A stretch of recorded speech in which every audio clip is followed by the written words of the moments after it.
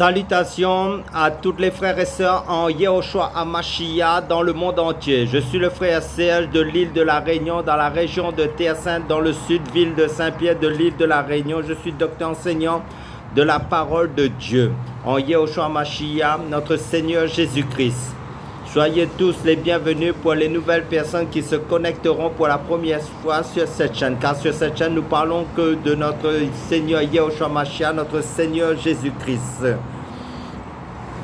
Donc, et pour information, s'il y a des personnes qui ont à cœur dans l'île de la Réunion de se faire baptiser du baptême d'eau par immersion, je suis à leur disposition pour leur administrer le baptême d'eau s'ils ont à cœur de se faire baptiser.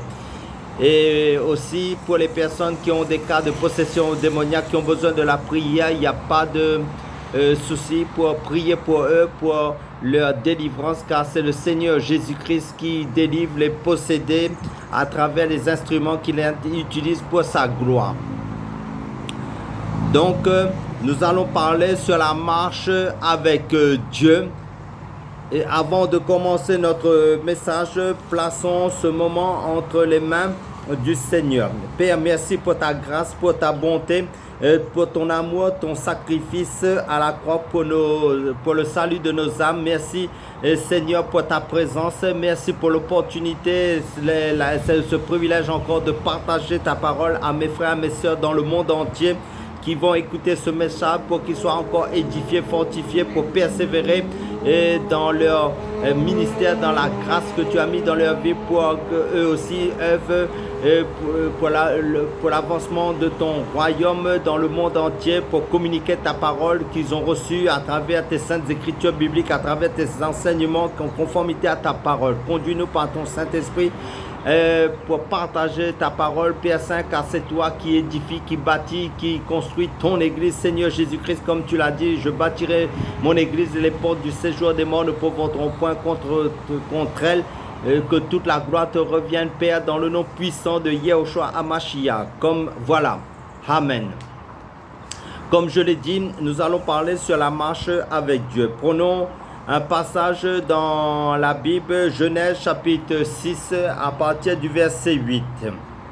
Je fais la lecture à partir de Genèse chapitre 2, à partir de Genèse chapitre 6 plutôt, versets 8 à 9. Mais Noé trouva grâce aux yeux de l'Éternel, de Yahweh, dans d'autres versions de Bible, qui nous est dit, voici la postérité de Noé. Noé était un homme juste et intègre dans son temps. Noé marchait avec Dieu, c'est-à-dire Elohim. Amen. Donc, la marche avec Dieu.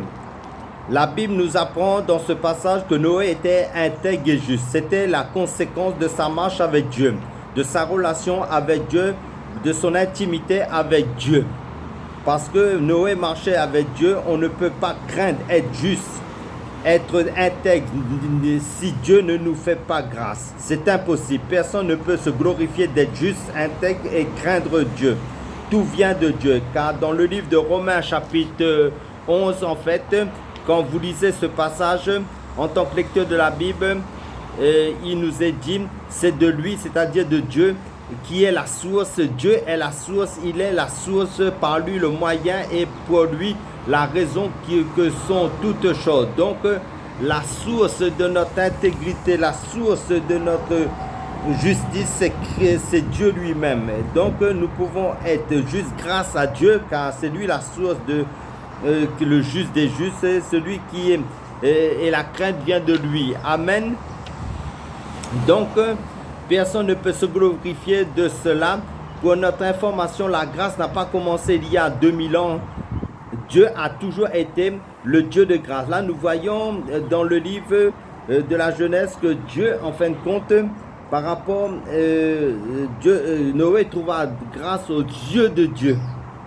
Et comme c'est dit aussi dans l'ancienne alliance que Dieu fait grâce à qui il veut, il endurcit qui il veut aussi. Amen. Donc, beaucoup pensent que la grâce a commencé quand Jésus est venu. Non. La Bible nous dit dans l'évangile de Jean chapitre 1 que la loi a été donnée par Moïse. La grâce et la vérité sont venues par Jésus-Christ.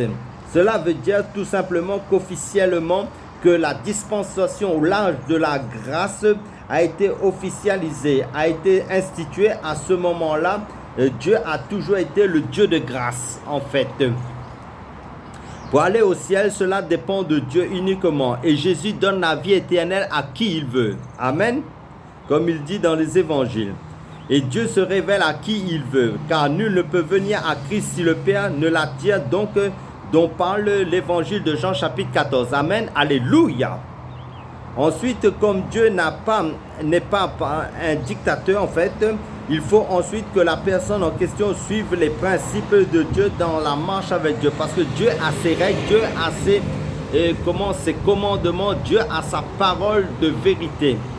Parce que l'homme ne vivra pas de pain seulement, mais de toute parole qui sort de la bouche de Dieu. Là, ce n'est pas l'homme charnel, mais l'homme spirituel, né de nouveau, né de l'esprit, né de Dieu. Parce que Dieu est esprit. Et Dieu recherche des vrais adorateurs qui l'adorent en esprit, en vérité. Nous allons comprendre en fin de compte que Dieu, en fin de compte, sa parole est esprit et vie, comme c'est dit dans l'évangile de Jean chapitre 6. Donc,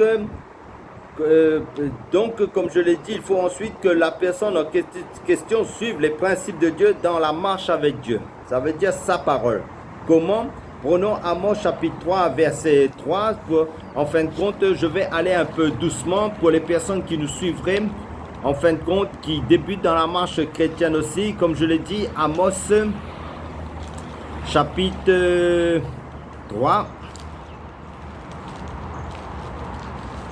Amos, Seigneur, ta parole est bonne, sois glorifié, sois exalté.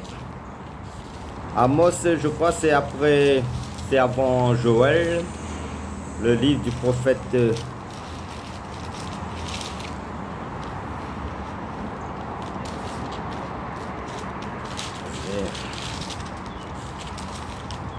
Amos, je l'ai dit, Amos chapitre 3, verset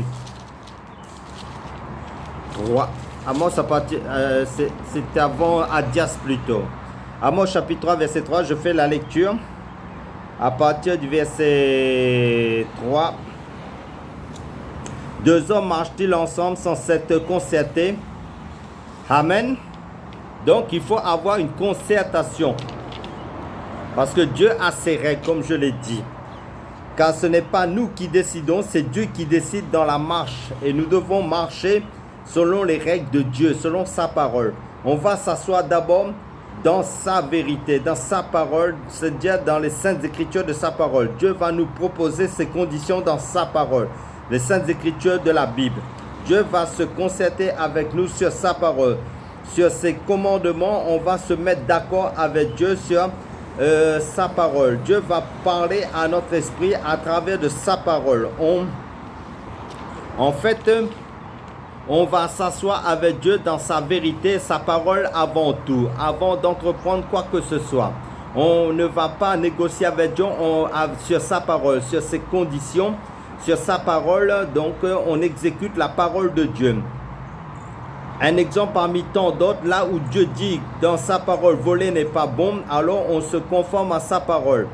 Donc, parce que la parole de Dieu nous dit aussi dans Romains chapitre 12, verset 2, ne vous conformez pas au siècle présent, mais soyez transformés par le renouvellement de l'intelligence afin que vous discerniez quelle est la volonté de Dieu, ce qui est bon, agréable et parfait. Tout cela se trouve dans les saintes écritures bibliques qui est la parole de Dieu.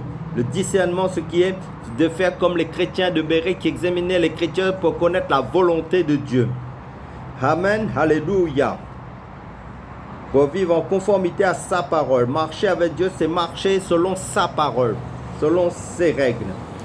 Donc Dieu va nous éclairer dans cette marche, dans sa vérité, selon l'éclairage de sa vérité, de sa parole, qui sont les saintes écritures bibliques. Donc avec Dieu, il y a un point de départ et un point d'arrivée. C'est-à-dire depuis la conversion jusqu'à l'enlèvement de l'église ou encore de la conversion jusqu'à la mort, si Jésus n'est pas encore revenu pour prendre son église en fait, ou encore de la naissance jusqu'à la vieillesse. Cependant, cette marche, cette traversée, beaucoup de choses peuvent se passer. Car sur ce chemin, comme dit le Seigneur, la porte est étroite et resserrée. Il y a très peu qui passent par ce chemin, et en fin de compte, car très peu arrivent jusqu'au bout. La route est longue avant la destination finale. Comme pour les enfants d'Israël lors de la traversée du désert. Donc le point de départ était la sortie d'Égypte jusqu'à la destination finale au pays de Canaan. Il y a eu beaucoup de choses pendant leur parcours en fin de compte. Amen. En fait, si vous prenez Deutéronome chapitre 8, Deutéronome à partir du verset 8. Seigneur, ta parole est bonne, sois glorifié, qui nous éclaire, qui nous fortifie, qui nous amène à de mieux en mieux être éclairés dans cette marche spirituelle. Qui nous dit dans Deutéronome chapitre 8 verset 2, par rapport à Israël, souviens-toi de tout le chemin que l'Éternel ton Dieu t'a fait faire pendant ces 40 années dans le désert, afin de t'humilier, de t'éprouver pour savoir quelles étaient les dispositions de ton cœur, si tu gardais ou non ses commandements. Il t'a humilié, il t'a fait souffrir de la faim, il t'a nourri de la manne que tu ne connaissais pas et que n'avaient pas connu tes pères, afin de t'apprendre que l'homme ne vit pas de pain seulement, mais que l'homme vit de tout ce qui sort de la bouche de Yahweh, de l'Éternel. Amen. Alléluia. Donc pendant 40 ans, les Juifs ont marché, en fait, avec Dieu, mais beaucoup sont morts. Donc, parce que beaucoup sont tombés dans la rébellion, beaucoup ont réduit le coup, n'ont pas obéi à la volonté de Dieu, ont été rebelles dans le désert. Donc pendant notre traversée sur terre, en Jésus-Christ, nous allons faire beaucoup de rencontres et nous allons nous séparer avec des personnes aussi que nous avons connues. C'est normal, Israël a connu cela, il n'y a rien de nouveau sous le ciel, comme dit le livre d'Ecclésiaste, chapitre 1. Parce que l'histoire d'Israël est similaire à l'histoire de l'Église. Et l'histoire d'Israël est un exemple pour l'Église. Est une leçon en fin de compte, pour nous servir de leçon. Comme c'est dit dans le livre de Corinthiens en fin de compte. Donc rappelez-vous aussi quand dans sa marche, Lot est sorti de Sodome en tant que lecteur de la Bible. Sa femme a regardé en arrière, elle est devenue une statue de sel. Lot n'a pas été dans les sentiments selon l'homme. Il s'est sauvé selon le conseil de Dieu pour sauver sa vie. Donc avec le Seigneur, ce n'est pas les sentiments humains, mais de marcher selon l'Esprit. Ça veut dire de marcher selon ce que Dieu dit dans sa parole. Amen, alléluia. Donc, quand nous marchons avec Dieu, il faut se préparer à la séparation en cours de route. La Bible nous dit il y a beaucoup d'appelés, mais peu d'élus. Il faut privilégier notre marche personnelle, spirituelle avec Dieu, avec ceux qui spirituellement marchent selon l'Esprit, selon la parole de Dieu. Mettre l'accent prioritairement sur notre relation intime, personnelle, individuelle avec Dieu et nous enraciner comme un arbre dont on ne voit pas les racines, mais qui est caché. Et ça veut dire quoi? Notre intimité personnelle, individuelle, dans le secret avec le Seigneur, dans la prière, dans la parole de Dieu, dans la pratique de la parole de Dieu en premier lieu. Ensuite, en deuxième position, avec les frères et sœurs en Christ, dans la relation de la communion fraternelle. Les frères et sœurs, nos familles, c'est pourquoi Jésus donne la base de la marche chrétienne. Allons dans l'évangile de Luc. Si vous allez dans l'évangile de Luc par rapport les conditions, comme je dis, Luc chapitre 14 à partir du verset 25. Sois glorifié Seigneur. Luc 14 à partir du verset 25. De grandes foules faisaient route avec Jésus. Il se retourna et leur dit: si quelqu'un vient à moi sans me préférer à son père, à sa mère, à sa femme, à ses enfants, à ses frères et à ses sœurs, et même à sa propre vie, il ne peut être mon disciple. Et quiconque ne porte pas sa croix et ne me suit pas ne peut être mon disciple. Amen. Alléluia. Là, nous voyons aussi le renoncement à soi-même, pour ainsi dire, c'est-à-dire la mort à soi-même. Dieu nous tue si nous résistons à sa volonté, faire sa volonté. Pour faire sa volonté, Dieu nous tue par la souffrance, par des séparations en fin de compte, qui est la circoncision, car nous allons être circoncis de circoncision, de séparation avec tout ce qui n'est pas à la gloire de Dieu, tout ce qui peut être un obstacle, un boulet, un frein pour l'avancement dans notre croissance spirituelle, dans ce que Dieu veut faire, la manière dont Dieu nous façonne pour sa gloire. Par Jésus vient reprendre une église sans tache ni ride dans la sanctification et dans la paix. Amen, alléluia. Donc notre cœur doit être tout notre cœur doit être dédié au Seigneur Yahushua Mashiach. Plus la souffrance est grande, plus sa couronne sera grande. Pour que son onction augmente dans nos vies, en fin de compte, son esprit prend toute son ampleur dans le temple que nous sommes aussi. Parce que Jésus veut que notre lampe ne manque pas de l'huile, soit remplie de l'huile en réserve jusqu'à la fin. Donc la couronne sera grande, la couronne de la vie éternelle.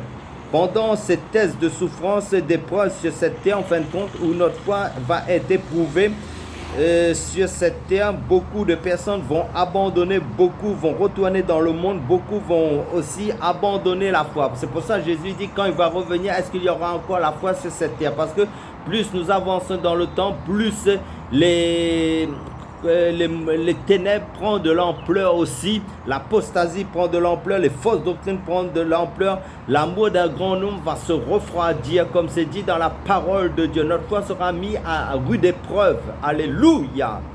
Que Dieu soit glorifié. Pendant cette marche, beaucoup vont tomber, comme je l'ai dit, spirituellement, tandis que dans le désert, au temps de Moïse, beaucoup sont morts physiquement.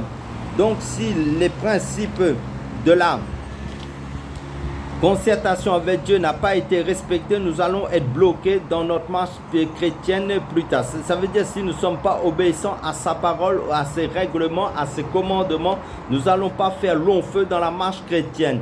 Nous allons chuter, nous allons rétrograder, nous allons sécher. C'est pour cela quand vous lisez le livre de l'évangile de Jean chapitre 15, il vous est dit en fin de compte de garder la parole de Dieu, de la vivre et de porter du fruit, de ne pas rester sans fruit.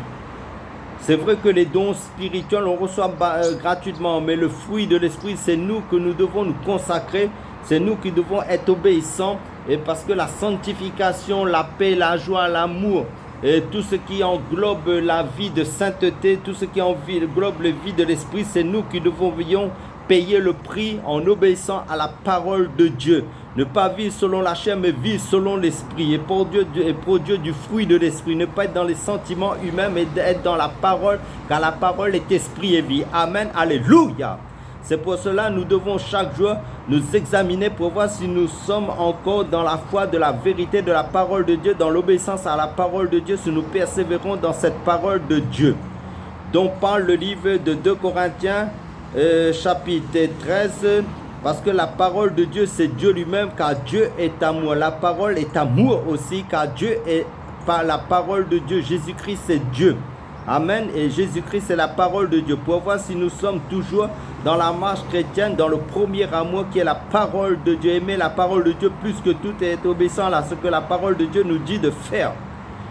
Le chemin du Christ, malgré la persécution, malgré les outrages, malgré les afflictions, malgré que nous sommes persécutés pour notre foi en Jésus-Christ, parce que le Seigneur nous dit ceux qui veulent vivre pieusement en Jésus-Christ seront persécutés. Amen. Alléluia. Donc, nous devons marcher, cheminer dans la vie de la parole de Dieu qui est esprit et vie, dans la marche chrétienne, le chemin du Seigneur, du Christ, pour voir si on n'a pas dévié de la vérité, nous examiner pour éviter d'être bloqué, de tâtonner dans notre cheminement avec le Seigneur. Il faut toujours se remettre en question chaque jour, nous repentir chaque jour et nous humilier, de grandir dans la simplicité de l'évangile. Continuons dans le livre de Luc chapitre 14, si nous allons dans Luc chapitre 14, à partir du verset 28, Luc chapitre 14,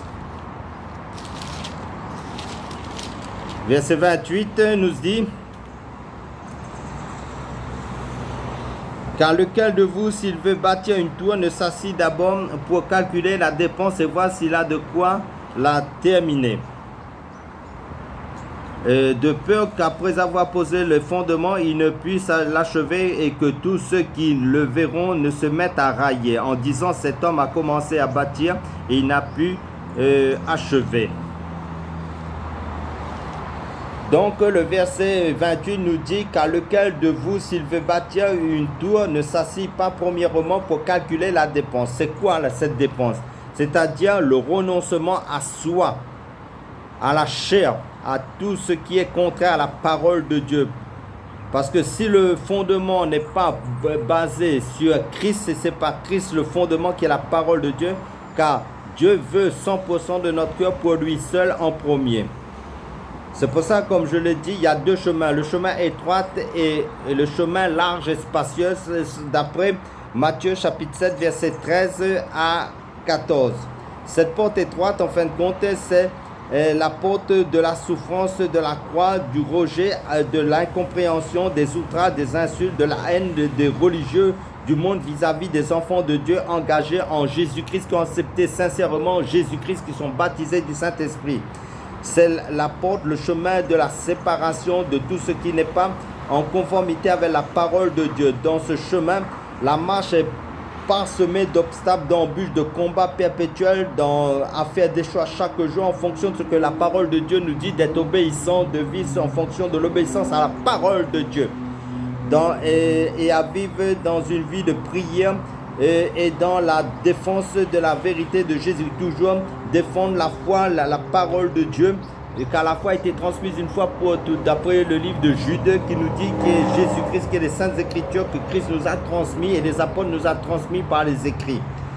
De la sainte doctrine, dans ce chemin difficile, personne ne peut tenir s'il n'a pas une relation personnelle et profonde au fur et à mesure de son parcours avec le Seigneur pour nous ressourcer quand nous faiblissons. C'est pour ça qu'il ne suffit pas d'aller au culte une fois le dimanche ou le samedi avec des frères et des sœurs, mais il faut avoir une relation de persévérance individuelle, personnelle chez soi avant tout, être enraciné de plus en plus en Christ pour que l'arbre spirituel que nous sommes en face des épreuves, en fait des tempêtes, en fait des intempéries puisse tenir jusqu'à la fin dans la foi en Jésus-Christ et porter du fruit. Amen, alléluia, parce que nous sommes des arbres spirituels qui doivent grandir et porter du fruit en Yahushua Mashiach, le fruit de la sanctification, le fruit de la paix, le fruit de la douceur, le fruit de la foi et tout ce qui englobe le fruit du Saint-Esprit. C'est là dans le secret que Dieu nous travaille, nous taille seul à seul, nous façonne à la stature parfaite de Christ jusqu'à la fin de notre parcours terrestre pour son royaume éternel, pour faire sa volonté. Ça, c'est la marche avec Dieu. Dieu nous façonne parce que Dieu nous travaille dans l'homme intérieur pour que nous grandissons de plus en plus. Parce que si vous lisez le livre d'Ésaïe chapitre 40, verset 30, en fin de compte, ce passage, ceux qui ne vont pas développer au fur et à mesure cette relation profonde avec Dieu, qui vont négliger, se relâcher dans la prière et la méditation de la parole de Dieu, risquent de se lasser, de se fatiguer plus tard dans leur marche avec Dieu. Ils finiront par devenir des religieux dans la monotonie, dans la routine, et ils vont finir par abandonner la course parce qu'ils sont devenus, en fin de compte, tièdes. Donc il faut être toujours bouillant, ne pas être tiède en fait. Ils vont s'essouffler. C'est pour cela qu'il faut avoir une vie, il faut être une guerrière, un soldat, un commando du Seigneur avec persévérance avec le Seigneur. Mais ceux qui vont prendre à cœur tout cela, ça veut dire la parole de Dieu, la Bible, ce que Dieu prescrit dans sa parole pour vivre en conformité à sa parole, qui vont respecter ce que Dieu demande et de le faire selon sa parole de vérité qui est la Bible. Ils vont renouveler leur force, ils s'élèveront comme des aigles, comme c'est dit dans le livre d'Ésaïe chapitre 40, verset 30. C'est-à-dire, ils partiront lors de l'enlèvement de l'Église, à la fin. En attendant, avant ce jour-là, tandis qu'ils sont encore sur cette terre, ils vont marcher malgré ce n'est pas facile physiquement. Ils vont persévérer et le rôle de ces chrétiens consistera toujours à encourager, à fortifier les autres croyants en Christ qui s'affaiblissent en cours de leur marche, à poursuivre leur route, à tenir bon jusqu'à la fin. Et Dieu nous encourage aussi Hébreux chapitre 12, à courir avec persévérance dans la carrière qui nous a ouvert devant nous à cause de son sacrifice à la croix en son Fils Jésus-Christ. Pour conclure notre message, nous allons prier. Père, aide-nous à persévérer dans ton chemin étroit selon ta grâce. Merci Seigneur pour les expériences que tu nous fais vivre. Et continue ton œuvre dans la vie de chacun de nous. Dans le nom de Yahushua Mashiach, notre Seigneur Jésus-Christ. Amen.